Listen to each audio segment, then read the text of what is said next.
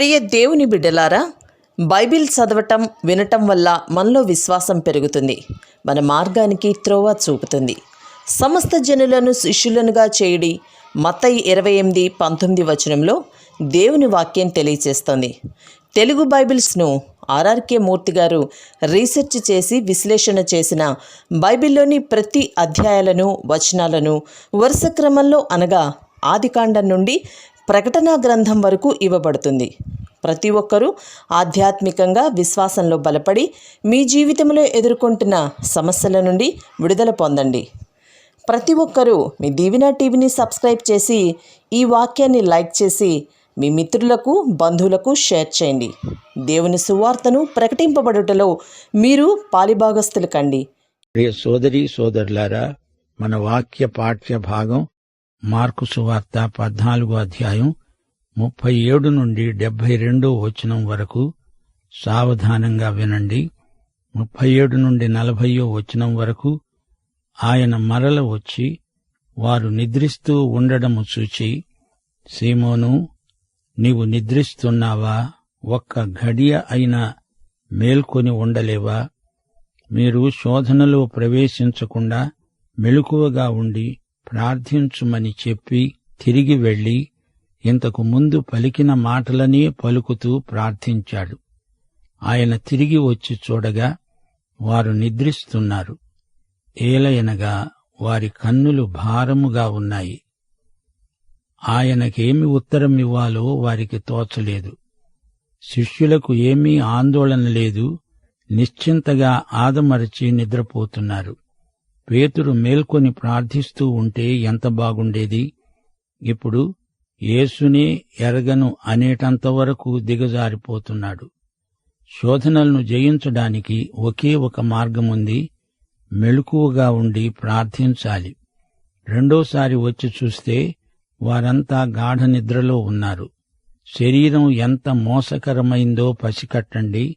ఆత్యయిక పరిస్థితిలో నిన్ను నిద్రపుచ్చుతుంది శోధన. 41, 42 వచనాలు. ఆయన మూడోసారి వచ్చి అన్నాడు, మీరిక నిద్రపోయి అలసట తీర్చుకోండి. ఇక చాలు, ఘడియ వచ్చింది. ఇదిగో మనుష్య కుమారుడు పాపుల చేతికి అప్పగించబడుతున్నాడు. లెండి, వెళ్ళుదాము. ఇదిగో నన్ను అప్పగించేవాడు సమీపించి ఉన్నాడు. యేసు ప్రభువును వారు బంధించేలోపుగా కొంత సమయం ఉంది. అప్పుడు శిష్యులు ఒక కునుకు తీశారు. 43 నుండి 50వ వచనం వరకు. వెంటనే ఆయన ఇంకా మాట్లాడుతూ ఉండగా 12 శిష్యులలో ఒకడైన ఇస్కరియోతు యూదా వచ్చాడు. వానితో కూడా బహుజనులు కత్తులు గుదియలు పట్టుకొని ప్రధాన యాజకుల వద్ద నుండి, శాస్త్రుల వద్ద నుండి, పెద్దల వద్ద నుండి వచ్చారు. ఆయనను అప్పగించేవాడు నేను ఎవరిని ముద్దు పెట్టుకుంటానో ఆయనే యేసు, ఆయనను పట్టుకొని భద్రముగా తీసుకొని పొండి అని వారికి గుర్తు చెప్పాడు. వాడు వచ్చి వెంటనే ఆయన వద్దకు పోయి బోధకుడా అని చెప్పి ఆయనను ముద్దు పెట్టుకొనగా వారాయన మీద పడి ఆయనను పట్టుకున్నారు. దగ్గర నిలిచి ఉన్న వారిలో ఒకడు కత్తిదూసి ప్రధాన యాజకుని దాసుణ్ణి కొట్టి వాని చెవి తెగనరికాడు.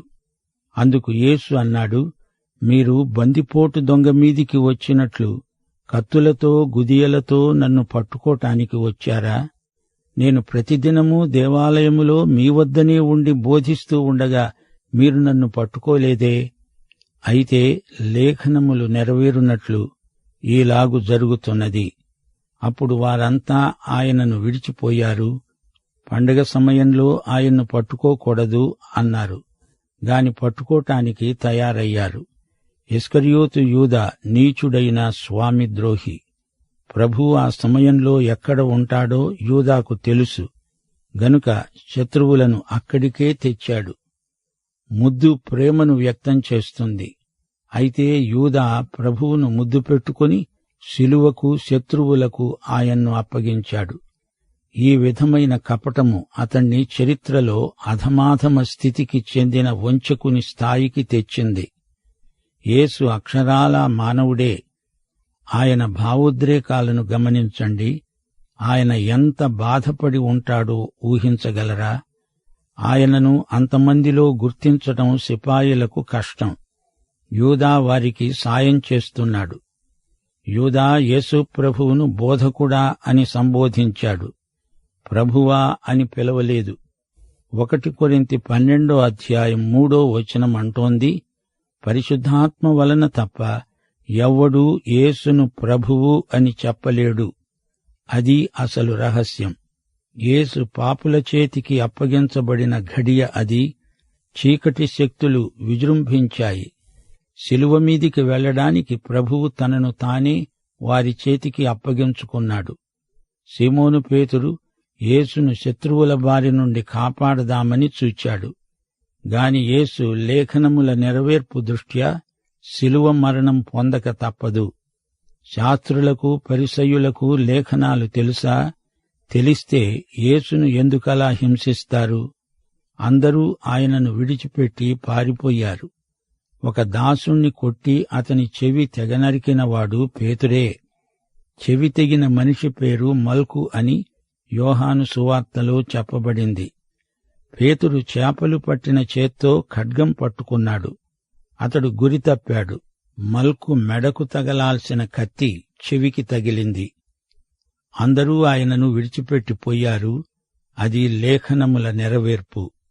51-52 తన దిగంబర శరీరము మీద నారబట్ట వేసుకుని ఉన్న ఒక పడుచువాడు ఆయన వెంట వెళుతూ ఉండగా వారతణ్ణి పట్టుకున్నారు. అతడు నారబట్ట విడిచి దిగంబరుడై పారిపోయాడు. ఎవరీ పడుచువాడు? అతడెవరో కాదు, జాన్ మార్కే. 53-60 వరకు వారు యేసును ప్రధాన యాజకుని వద్దకు తీసుకువెళ్లారు. ప్రధాన యాజకులు, శాస్త్రులు, పెద్దలు అందరూ వచ్చారు. పేతురు ప్రధాన యాజకుని ఇంటి ముంగిటి వరకు దూరము నుండి ఆయన వెంట వెళ్లి బంట్రౌతులతో కూడా కూర్చుండి మంట వద్ద చలి కాచుకుంటూ ఉన్నాడు. ప్రధాన యాజకులు, మహాసభ వారందరూ యేసును చంపించాలని ఆయన మీద సాక్ష్యము వెదికారు గాని ఏమీ వారికి దొరకలేదు. అనేకులు ఆయన మీద అబద్ధ సాక్ష్యము పలికినా వారి సాక్ష్యములు ఒకదానికొకటి సరిపడలేదు. అప్పుడు కొందరు లేచి, చేతిపని అయిన ఈ దేవాలయమును పడగొట్టి 3 దినములలో చేతిపని కాని మరి ఒక దేవాలయమును నేను కడతాను అని ఇతడు చెబుతూ ఉండగా విన్నాము అని ఆయన మీద అబద్ధ సాక్ష్యం చెప్పారు. గాని అలాగైనా వీరి సాక్ష్యమూ సరిపడలేదు. వింటున్నారా? ఆయనను కయప దగ్గరికి తెచ్చారు. కయప ప్రధాన యాజకుడు, రోముకు అనుకూలమైన మనిషి. అన్న ఇతని మామ. అసలు ప్రధాన యాజకుడు అన్న మోషే ధర్మశాస్త్రం ప్రకారం అతడే ప్రధాన యాజకుడై ఉండాలి. అసలు యేసును చంపాలి అనే పట్టుదల అన్నాకే ఉంది. అది సన్హెద్రిను సమావేశం. పేతురు వెడుతున్నాడు. పడిపోవటానికే శోధనలోకి నడిచి వెడుతున్నాడు. దూరంగా వస్తున్నాడు. అక్కడే కొందరు పనివాళ్లు కూర్చుంటే వారి మధ్య తాను కూర్చున్నాడు. రాత్రిపూట సన్హెద్రిను సభ సమావేశం కాకూడదు. అది చట్ట వ్యతిరేక చర్య అవుతుంది. యేసుకు వ్యతిరేకులైన వారినే సాక్షులుగా నిలువబెట్టారు. అబద్ధ సాక్ష్యం చెబుతున్నారు. అందులో ఏ 2 సాక్షులు ఏకీభవించటం లేదు. 2 సాక్ష్యాలైనా ఏకీభవించకపోతే ఆ వ్యాజ్యం నిలవదు. దేవాలయాన్ని పడగొడతానని యేసు చెప్పలేదు. దాన్ని 3 రోజుల్లో లేపుతాను అని కూడా అనలేదు. యేసు తన శరీరాన్నే చూపుతూ ఈ దేవాలయాన్ని పడగొట్టండి అన్నాడు. యోహాను సువార్త 2:21 ఆయన తన శరీరమనే దేవాలయమును గూర్చి ఈ మాట చెప్పాడు. 60-65 వరకు ప్రధాన యాజకుడు వారి మధ్యన లేచి నిలిచి యేసును ప్రశ్నించాడు, ఉత్తరమేమీ చెప్పవా? వీరు నీ మీద పలుకుతున్న సాక్ష్యమేమిటి? అయితే ఆయన ఉత్తరమేమీ చెప్పకుండా ఊరుకున్నాడు. తిరిగి ప్రధాన యాజకుడన్నాడు, పరమాత్ముని కుమారుడవైన క్రీస్తువు నీవేనా? యేసు అన్నాడు, అవును, నేనే. మీరు మనుష్య కుమారుడు సర్వశక్తిమంతుని కుడిపార్శ్వమున కూర్చుండటము, ఆకాశ మేఘారూఢుడై రావటము చూస్తారు. ప్రధాన యాజకుడు తన వస్త్రములు చింపుకొని, మనకు ఇక సాక్షులతో పనేమి? ఈ దేవదూషణ మీరు విన్నారు కారా? మీకు ఏమి తోస్తోంది అని అడిగాడు. అప్పుడు వారందరూ ఆయన మీద నేరస్థాపన చేస్తూ అన్నారు, అతడు మరణమునకు పాత్రుడు. కొందరు ఆయన మీద ఉమ్మివేసి, ఆయన ముఖమునకు ముసుగు వేసి, ఆయనను గుద్దుతూ ప్రవచింపుమని ఆయనను అడగసాగారు. బంట్రౌతులు ఆయనను అరచేతులతో కొట్టి పట్టుకున్నారు. యేసు వారు తెచ్చిన అబద్ధ అభియోగాలకు బదులు చెప్పలేదు. ఇందులో కూడా ప్రవచనం నెరవేరింది. యెషయా 53:7 వధకు తేబడిన గొర్రెపిల్ల ఉన్ని కత్తిరించేవాని ఎదుట గొర్రె మౌనముగా ఉండినట్లు ఆయన నోరు తెరవలేదు. దేవునికి స్తోత్రం. యేసు మౌనానికి ప్రధాన యాజకునికి ఆశ్చర్యం వేసింది. అతడు అట్టిట్టయిపోయాడు. ఆయన మాటల్లోనే ఆయన నేరాన్ని నిర్ధారణ చేతామనుకున్నాడు ప్రధాన యాజకుడు. చివరికి అతడు యేసు మీద ఆనపెట్టి మాట్లాడు అన్నాడు. నేను మెస్సీయాను, దేవుని కుమారుణ్ణి అన్నాడాయన. ఆయన దేవుని కుమారుడు, అది అన్నిటికంటే ఉన్నతమైన స్థితి. దానియేలు గ్రంథం 7:13-14 రాత్రి కలిగిన దర్శనములను నేనింకా చూస్తూ ఉండగా ఆకాశమేఘారూఢుడై మనుష్య కుమారుణ్ణి పోలిన ఒకడు వచ్చి ఆ మహావృద్ధుడైన వాని సన్నిధిలో ప్రవేశించి ఆయన సముఖమునకు తేబడ్డాడు. సకల జనులు, రాష్ట్రములు, ఆయా భాషలు మాట్లాడేవారు ఆయనను సేవించునట్లు ప్రభుత్వము, మహిమ, ఆధిపత్యము ఆయనకు ఇవ్వబడ్డాయి. ఆయన ప్రభుత్వము శాశ్వతమైనది, అదెన్నటికినీ తొలగిపోదు. ఆయన రాజ్యము ఎప్పుడూ లయము కాదు. ప్రభు అన్నమాట ప్రధాన యాజకునికి అర్థమైంది.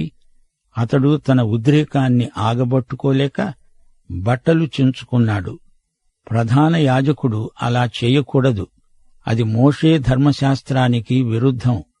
ప్రధాన యాజకుడు బట్టలు చించుకోవడం నేరం. ప్రజలందరూ ఏకకంఠంతో యేసును సిలువ వెయ్యి అంటూ నినాదాలు చేస్తున్నారు.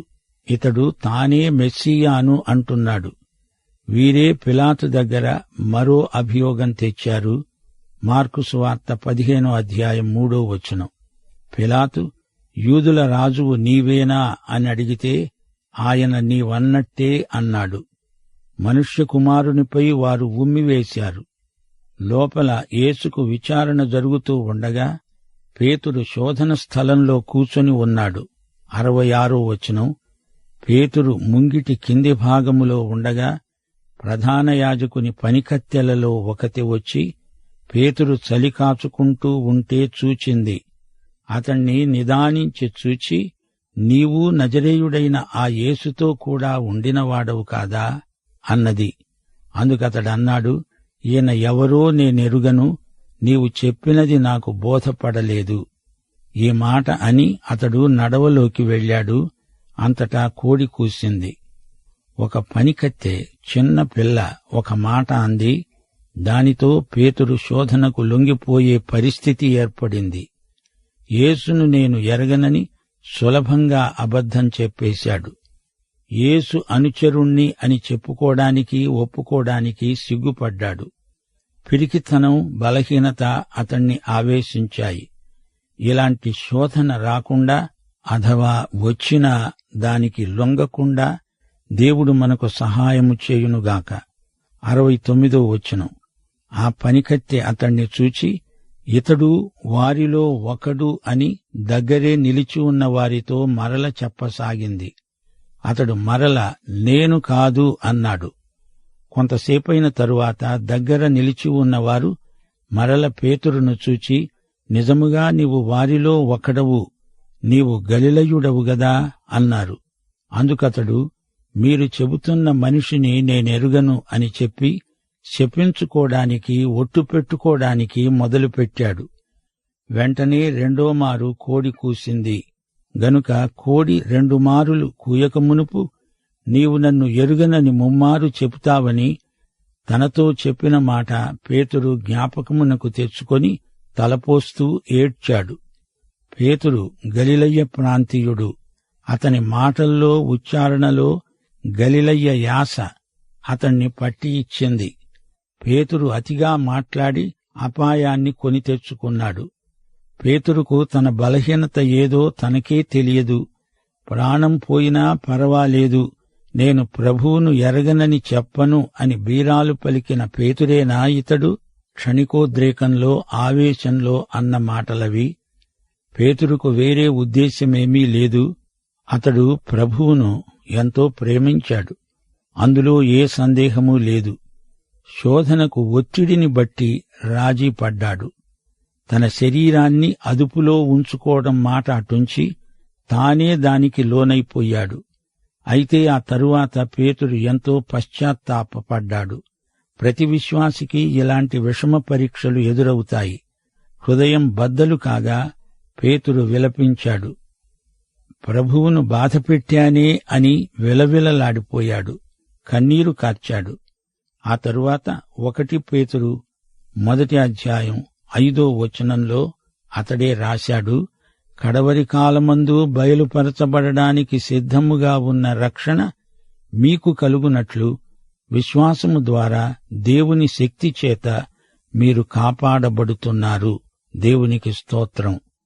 ప్రభువే ఈ శోధనలో పేతురును కాపాడాడు. ప్రియశ్రోతలు, ఈ అధ్యాయం ముగింపులో యేసు తన శత్రువుల చేతిలో ఉన్నాడు. తన స్వకీయులు చెదరిపోయి తనను ఒంటరివాణ్ణిగా మిగిల్చారు. అయినా ఆయన ఒంటరిగా లేడు. తండ్రి తనతో ఉన్నాడు. పరిశుద్ధాత్మ తనతో ఉన్నాడు. దేవునికి స్తోత్రం. పేతురుకు ఆత్మయందు ధైర్యం ఉందిగాని శరీరం పిరికిదైపోయింది. ఇది పేతురు అంతఃసంఘర్షణ. అంతమంది సైనికులున్నా కత్తిదూసి ప్రభువును కాపాడే ప్రయత్నం చేశాడంటే అతని ధైర్యం శరీరానుసారమైనది అంటారా? అది ఎలాంటిదైనా అందరూ వెళ్లిపోయినా అతడు అక్కడే ఉన్నాడు గాని అక్కడే శోధనకు లొంగిపోయాడు. రాత్రి అక్కడే చలిమంట దగ్గర చలి కాచుకుంటున్నాడు. ఆ మంట వెలుతురులో ఎవరో అతణ్ణి గుర్తుపట్టారు. పేతురు పరిగెత్తిపోవచ్చు గదా, అలా పోలేదు. అక్కడే ఉండిపోయాడు. యేసును విడిచిపోవటానికి అతనికి కాళ్లాడలేదు. 3 సార్లు ఇలా జరిగింది. పారిపో అని ఒక ఆలోచన, వద్దు యేసును విడిచి ఎలా వెళ్తావు అని మరో ఆలోచన. పేతురులో అంతఃసంఘర్షణ. పేతురు యేసు నామమును దూషించలేదు, తనను తాను శపించుకున్నాడు. పేతురు, ఏమిటి నీ దౌర్భాగ్య స్థితి అంటూ తనను తానే తిట్టుకున్నాడు. అయినా అతడు అక్కడ్నించి కదల్లేదు. 3ఓసారి కోడి కూతతో పేతురు హృదయం ముక్కచెక్కలైపోయింది. ప్రభువు ముఖంలోకి సూటిగా చూడలేకపోయాడు. భోరున ఏడ్చాడు.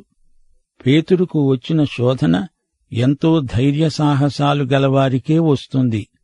పేతురు గుండె వెన్న, ఇస్కరియోతు గుండె బంకమన్ను. సూర్యరశ్మిలో పేతురు గుండె కరిగిపోయింది, యూదా గుండె గట్టిపడింది. అంతే. మన ప్రభువైన యేసుక్రీస్తు వారి దివ్య కృప, తండ్రి అయిన దేవుని ప్రేమ, పరిశుద్ధాత్మ యొక్క అన్యోన్య సహవాసము మనకందరికీ ఇప్పుడు ఎల్లప్పుడూ సదాకాలము తోడై ఉండునుగాక. ఆమేన్.